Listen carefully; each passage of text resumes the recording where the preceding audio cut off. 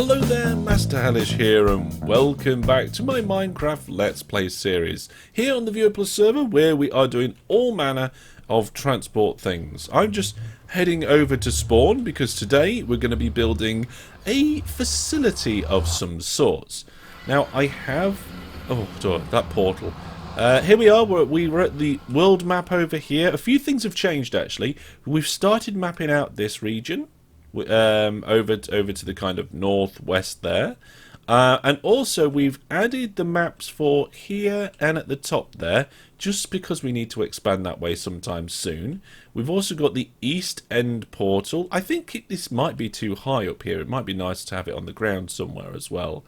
But right up there at the top, that is where Sixer's base and Sixer's raid farm is. So hopefully we get some goodies from that soon in Trade Town. But we are here at spawn, and we're going to go over the bridge to the island at spawn.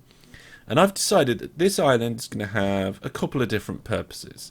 Now, the first purpose is that somewhere over here, we're going to list all the different public farms and what you can find in those farms and where they are. How we're going to do that, I'm not sure. I'm thinking like items in item frames with some sort of maybe path through a garden, then a gallery sort of thing. I'm not sure. Any ideas about that? Put them down in the comments section. It'd be nice to be able to come over the bridge and then just quite easily see what farms we have and what they produce. So that's really what's going to be over there. And then on this side that's been fenced off, this is where we're going to be working today, and we're going to be doing a return to spawn service. Now, if you don't know what a return to spawn service is, basically you suspend an ender pearl in water, and then you have a timer with a trapdoor that hits the ender pearl, and that ender pearl then gets activated and you get brought back to where the ender pearl was. So we're going to do as much of that as we can, and in the past I have built this before, but it's been like... the last time I did it as like a science lab. I want to do it at some ancient ruins. So I've got various different materials with me, and most of it is going to be underground. I'll just get my redstone box out, and I think that's where we'll start. So what we're going to do is we need a button to start everything. We need the ability to change how long the timer's going to be. And then a button to stop. No, wait, and then the trapdoor itself. So let's start. We're going to do it a bit weird, a bit backwards. I can hear someone. They're under the ground. Let's just put the button here. We'll take that dirt block away and surprise whatever's down there. Oh, no, he surprised me. I did wonder what it was going to be.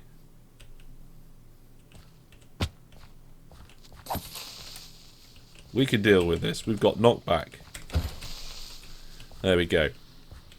So the button's going to be here. So this is our input.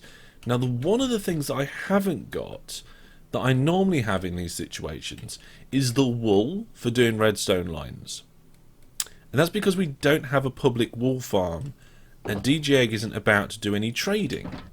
So what I might do is actually steal some, and then speak to DJ Egg after that. Yep, I'm going to nab some. So, thanks very much to DJ Egg. I have stolen some wool for this project. I'm going to take, well, probably all of that in here with me. And we're going to start working out how we're going to do this. I'll also take some redstone components. So, we'll take some actual redstone. We'll take some repeaters, comparators, torches... and I think that will do for just this moment. Alright. So the first thing we're going to do down here... oh, there's a bat.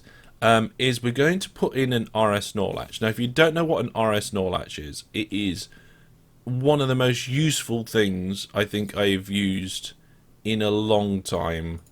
In many long times. And we're going to put it near this. An RS NOR latch is a little switch that has 2 input points and 2 output points. And the output points swap over when one of the input points is done, but not when the other one. You'll see. You'll see. So, what we're going to do is we're just going to do this. And we're going to get our signal from our button here. And that's going to be the input to our latch. And I think what we'll do is we'll put the latch over here. So let's bring it down to this level, I think. I don't think we need to get it any lower than that. And then I'm going to try and remember, there's I think 2 or 3 different ways to build this latch. But I'm going to first kill the spider because it's annoying me. Sorry. You guys, I'm building right beneath you. Oh, that's better. That's better.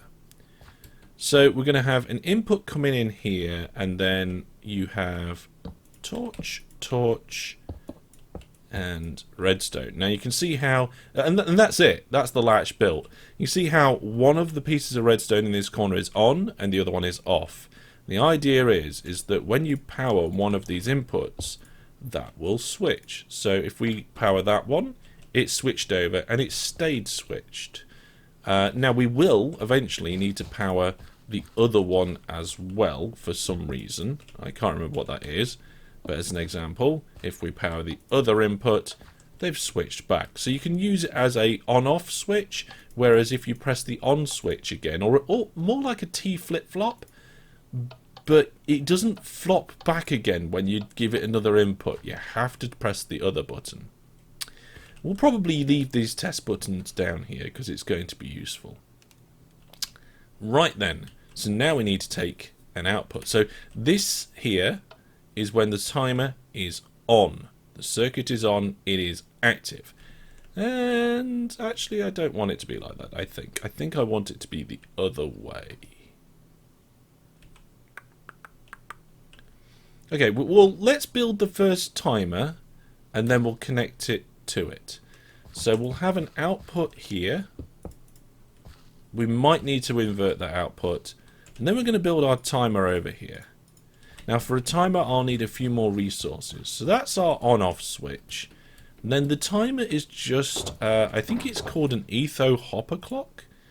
We need a redstone block, some hoppers, some comparators, and some pistons for it. I'm pretty sure they're both sticky pistons. And that's it for that. And for the etho hopper clocks are fantastic things. They really are. We'll pop down a few bits here. And then I'll try and remember how it's built. So I guess it's hoppers. It is hoppers. That's how it works. So you have 2 hoppers, one pointing into the other. There we go. You put a redstone block on top of one of the hoppers. And then we'll put a sticky piston there and a sticky piston there. And then we have comparators coming off the hoppers. So comparators coming off the hoppers. Now I think they go into a block. And on top of that block you pop a bit of redstone. And I think that's it. So if we put an item in here now, we've got some string. That's going pretty quick. Let's, yeah, there we go. It's being slower now. So all the items will filter from one hopper to the other hopper. And once they've done that, the signal of the comparator changes. The piston flops the, oh, there you go, flops the redstone block over. And then they can flow back the other way. The redstone block locks one of the hoppers. But what we want to be able to do is, hang on a minute, is that hopper facing the right way? Yeah, it is. What we want to be able to do is lock it with this signal. So the circuit is currently on, and this wants to be allowed to go backwards and forwards. And I think the way that we do that is we just lock one of the hoppers when we're not using it. So this is actually the right way around. We don't need to invert this signal. So if I actually turn the timer off, turn the whole circuit off, The latch is now off, and this hopper is now locked. Nothing's flowing through it anymore. Okay, so I've expanded the room out a little bit and moved the clock, the second clock, over a little bit so we can do this piece of redstone. So we've got this signal coming out here. It's like a long time signal. We just want a pulse. So I'm going to put a piston here, and then we'll put a dot of wool on the top, and we'll take an output from that block. This will give us a pulse. So if you watch this, when that turns on, we'll get a flash here. Nope, we need a repeater. A repeater does that. There we go. A repeater will take that will pulse. We either need a repeater going in or coming out of this block, but there you go. There was our pulse. We can change the length of that pulse with the repeater, so we'll see how that goes. Now, I may have built this a little bit too far over, but to be honest, I'd rather have it a little bit too far than a little bit too short. And we're not going into the redstone block, we're going into the hopper. So, I guess we'll just do that. Now, we actually need to invert this signal. So, let's do that now with the torch. There we go. So the one on the right now isn't going. It only goes when there's a pulse. And this pulse was too short. You see the redstone torch didn't flash there. So this time the repeater will go and the torch will flick. There you go. That means that one item came from here. There's 4 in there now. Next time there'll be 3. So there's the flash from that timer. Now there's 3 in there, and this is going one by one by one. That is all working beautifully. And we can turn that whole thing on and off with just this flip-flop down here. No, RS NOR latch down here. So it does tick for 1 more here so that it empties through. See, that one is now in its ready state. And this one will not. But that's fine. That doesn't matter. Then we need to take an output from this one. So we'll do that. It's going to be either this one or that one. I'm not sure. So we'll come out and then we'll go across. And down. So I'm not sure if we want the output from here or from there. I don't know. We'll figure that out.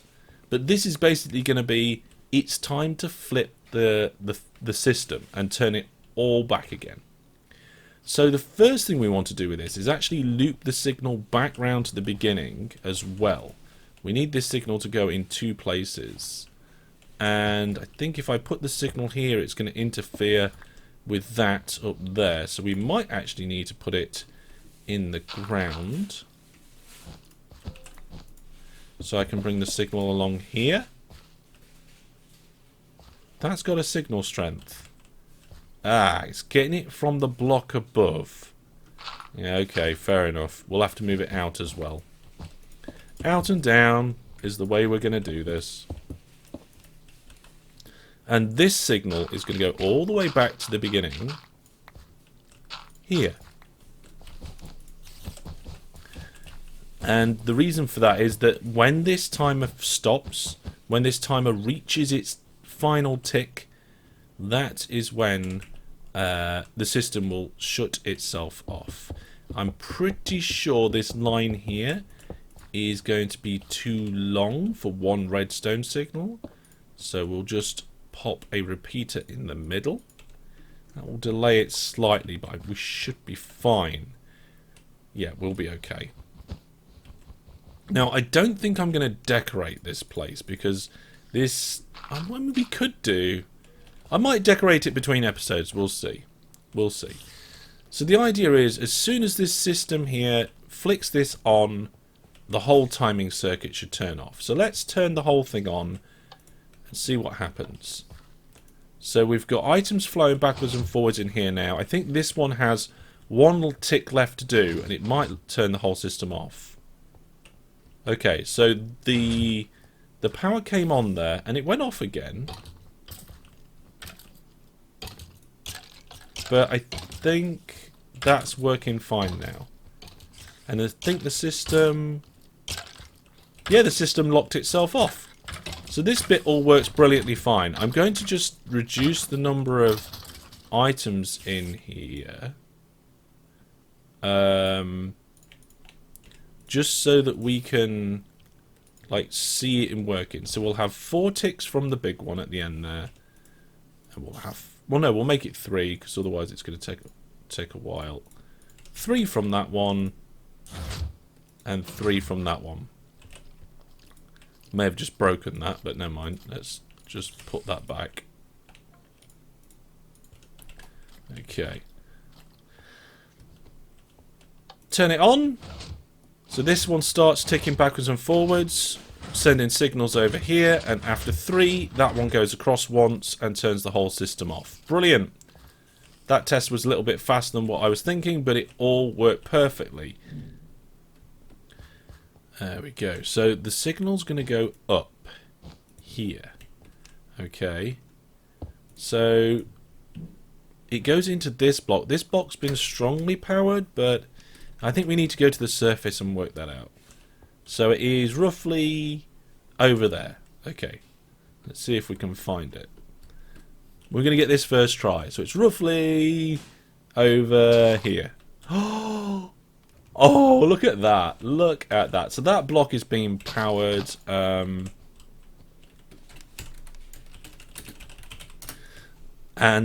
we're going to need the signal to come up.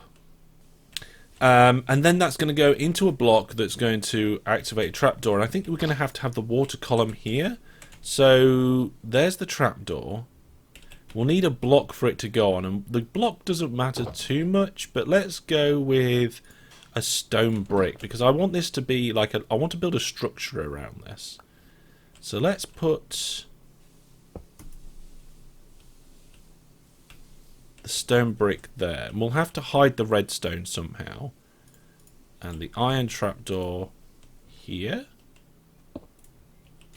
So let's just now, I mean, I guess I could test it with a lever. So if I put a lever on the side of, like, this block, we can see, look, the trapdoor is open, the trapdoor is closed. But that is not how we want the trapdoor to be. We want the trapdoor to come down on top of ender pearl. I don't think I actually brought that many ender pearls with me, but we have an enderman farm in the end with so many ender pearls. It's ridiculous. It really is. So I think actually the block we need to power is going to have to be higher up still. I'm going to turn this signal around a little bit. We're going to put that block here, I think. So then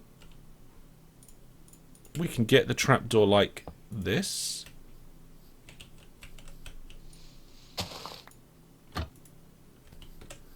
Yes, that's how we want it. Right. So we'll just take that out. And we'll take that out. We don't need that. This is where our bubble column's going to be. So let's put the bubble column in now. I think what we'll do is we'll give it some dirt walls, because that's what I've got to hand, and I think it's probably appropriate anyway. And if I remember correctly, ideally it needs to be, I think, 6 deep. I mean, how deep's that so far? 1, 2, 3, 4, 5, 6. Let's do 7 and 8. There we go. That looks like it'll be alright. Oh, that was weird.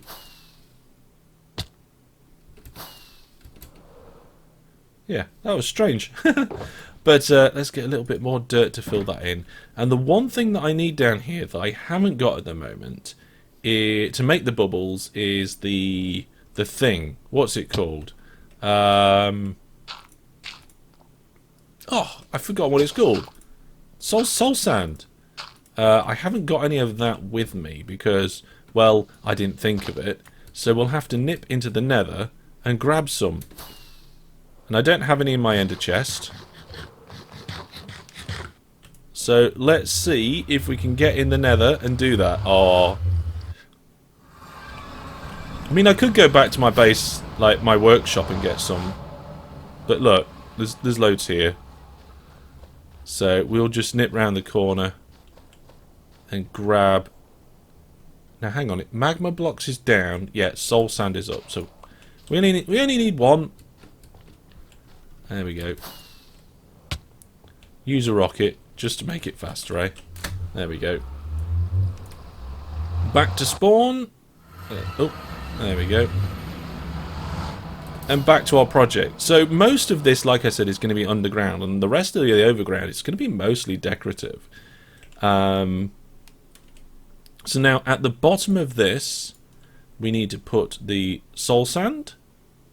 I'll do that. There we go. And then we need to fill this up with water. I've only got one water on me here. And rather than fetching... Oh, there we go. Rather than fetching kelp, I'm just going to bucket the water in with a couple of buckets.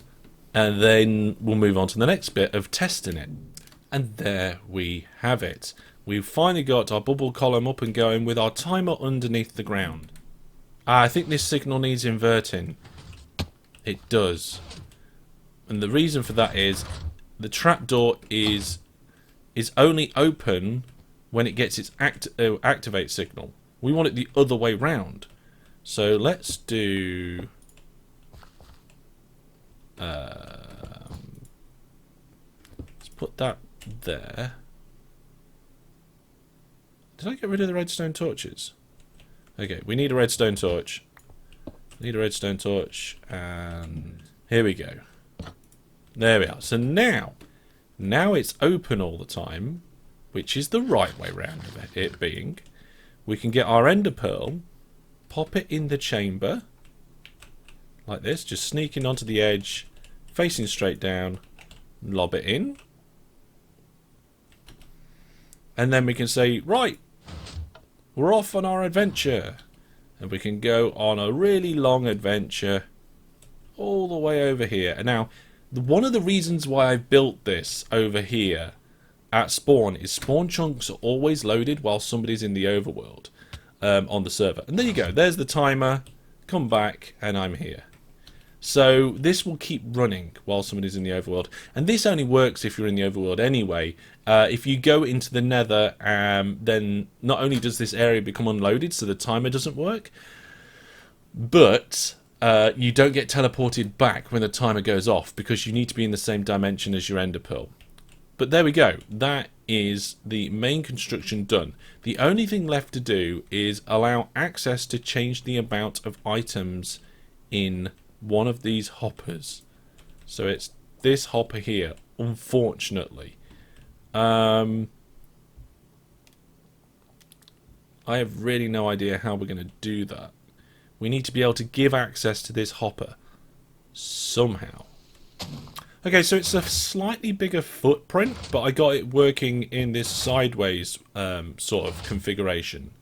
So now I've just locked it with the first timer. We've got our 5 items in here. We're going to change that so there's stacks of stuff in there. But now we can like make this available to people above. How we're going to like make it available in a neat way, I'm not 100% sure. But we're going to do this to allow them access to that hopper. And we're going to allow them access to that hopper only when the system is not running. So it's currently not running and it's here. There's the hopper. There we go. Now I'm pretty sure this is going to be too short.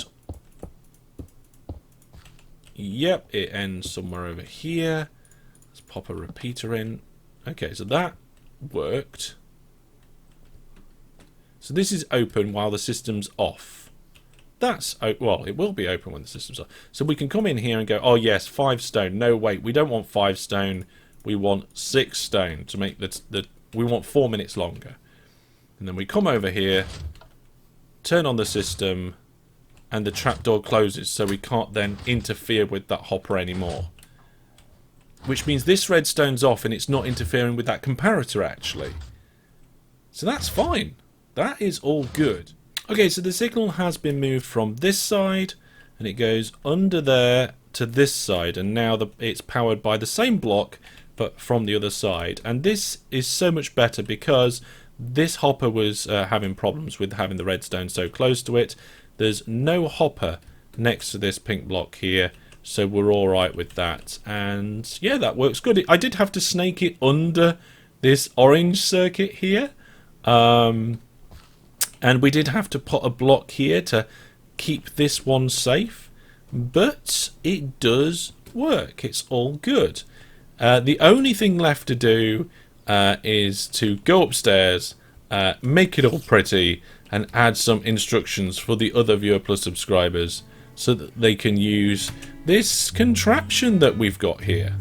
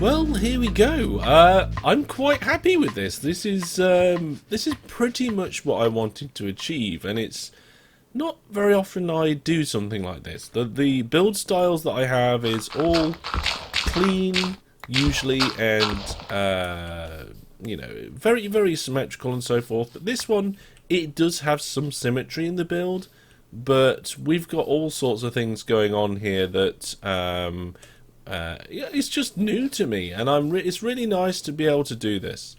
So what have we got here? We've got some structures. We don't know what these structures are. Two of them appear to be standing. One of them has collapsed completely, and it's all overgrown. There's two more structures here at the back behind these ones, and this is where we've got our book that tells everybody how to use the system. It's got basic instructions to pay the fee, place your pearl, set your time, start your timer, and have a good trip. And then we're going to put all the diamonds in there so people can pop a few diamonds in. Hopefully we can make a bit of money from this. And then over here is where they can adjust how long their timer wants to be. So each one of these is now 4 minutes. So I'm going to put 1 dirt in there, and I'm going to put the rest in here. So I want a 4-minute timer. And then I'm going to get the ender pearl. Now there's a storage of ender pearls in the barrel right beneath the trapdoor. So we'll take one, we'll jump on the trapdoor, pop it down, and there it is. It's just sat there ready to roll. And there's the lamp that tells you whether the system's on, and there's the button. So there we go. The system is now up and running. We've got 4 minutes.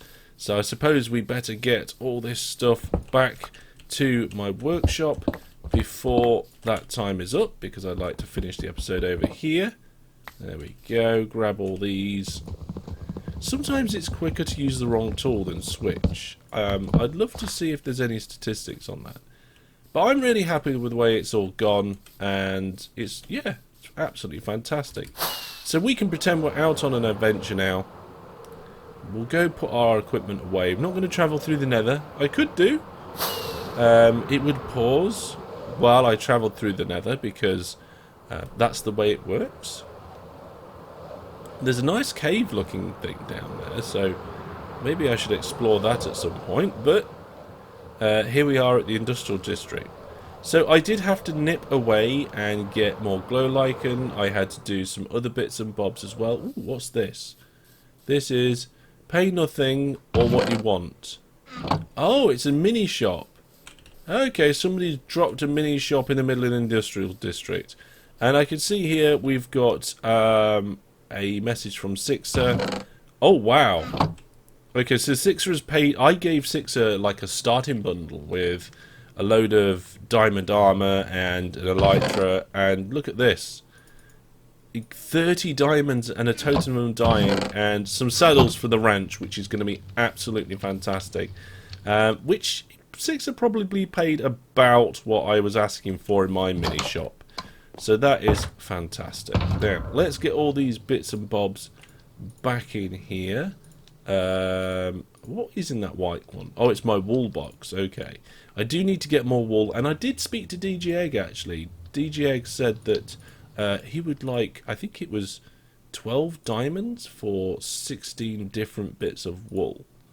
There we go. Put them away.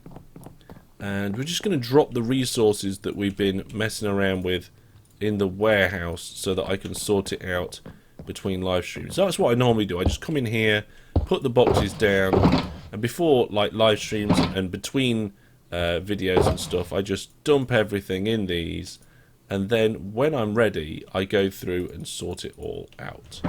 So let's now pop the shulkers back over here. The empty ones. This is my empty shulker pile. They are fantastic. We can fill ourselves up on a bit of food. There we go. Fill ourselves up on rockets. Just do a bit of a top up. There we go. Now these I left on the floor on purpose because I knew I wanted to put them in my toolbox. And I'd forgot to do that previously. You know what? I'll put the totem of undying in there as well.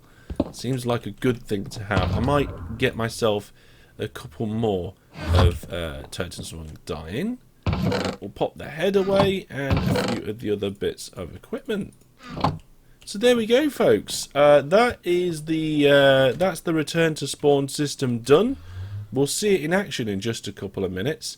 But I don't know if there's anything new going on around here. I've told you at the beginning of the episode about the map expansions, and I'm still working on that, which is quite nice.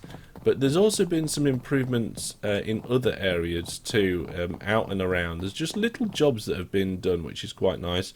Though you see those the pile of shulkers there, I don't think I've mentioned them. That is where we are going to be building our storage, and these. This is all the resources left over from the starting shack. So when I destroyed the starting shack a few episodes ago, that's where it all went. I suppose I should really pick up these boxes. We don't want to leave these lying around. So thank you very much, Sixer, for your donation of saddles. And there we go. My time's up and we're back. So there we go, folks. We are back here. You can actually get to see it at night time now, which is really good. Because this is the first time I've used glow lichen to help light up a build. We do have the little spires on the top from the end rods, but overall I'm very happy with this build. I might take a couple of the flowers out, and I might replace them with some different flowers, but yeah, I am very happy with that. That not only works, but looks good. So there we go, and hopefully we can expand it a little bit more to incorporate other things. But that's going to be all from me for now. Thank you very much for watching. Hope you've enjoyed the episode. If you have, remember, give it a like. And if you've got any thoughts, ideas or questions, put them down in the comment section. I will see you soon. But that's all from me. Take care for now. Goodbye.